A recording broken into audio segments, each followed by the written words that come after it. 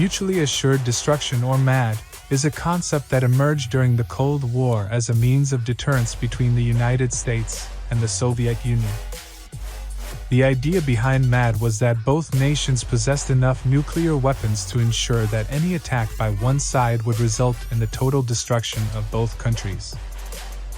In other words, the theory posited that the threat of mutual destruction would be a powerful deterrent to prevent either side from initiating a nuclear war. The origins of MAD can be traced back to the nuclear arms race that began in the aftermath of World War II. The United States was the first country to develop nuclear weapons, and it used them to devastating effect against Japan in 1945.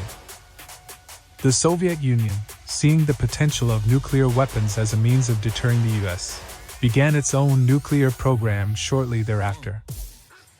The arms race between the US and the USSR intensified in the 1950s, with both sides developing ever more powerful and sophisticated nuclear weapons. As the arsenals grew, both sides began to realize that a nuclear war would likely result in the destruction of both countries. This led to the development of the MAD doctrine. The basic idea behind MAD was that each side had enough nuclear weapons to ensure that any attack would result in a retaliatory strike that would destroy the attacker as well. Therefore, both sides were deterred from attacking, as the consequences would be catastrophic.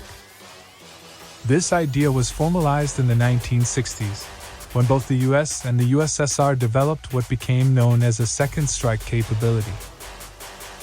The ability to respond to a nuclear attack even after suffering a devastating initial strike. The idea of MAD was controversial from the start. Critics argued that it was a recipe for disaster, as it relied on the assumption that rational actors would always act in their own self-interest. However, proponents of MAD argued that it had worked thus far, as neither the US nor the USSR had launched a nuclear attack against the other. The most dangerous moment in the history of MAD came in 1962, during the Cuban Missile Crisis. The USSR had installed nuclear missiles in Cuba, just a few hundred miles from the US mainland. The US responded by imposing a naval blockade around Cuba, and tensions escalated rapidly. Both sides were on high alert, and the world came close to nuclear war. However, cooler heads prevailed, and the crisis was eventually resolved peacefully. Despite the close call in 1962, MAD continued to be the basis of nuclear deterrence throughout the Cold War. The doctrine was tested again in 1983, when the Soviet Union's early warning system mistakenly detected a US missile attack. The Soviet leadership, fearing an imminent nuclear strike, went on high alert and prepared to launch a retaliatory strike. However, the duty officer in charge of the early warning system correctly identified the false alarm and prevented a catastrophic mistake. With the end of the Cold War and the collapse of the Soviet Union, the threat of nuclear war receded somewhat. However, the doctrine of MAD still underpins the strategic thinking of nuclear-armed nations today.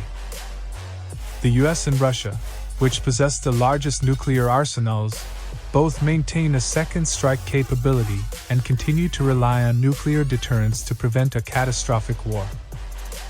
In conclusion, mutually assured destruction was a concept that emerged during the Cold War as a means of deterring a nuclear war between the US and the USSR. It was based on the idea that both sides possessed enough nuclear weapons to ensure that any attack would result in mutual destruction. Despite its controversial nature, MAD proved to be an effective deterrent during the Cold War, and it continues to underpin the strategic thinking of nuclear-armed nations today.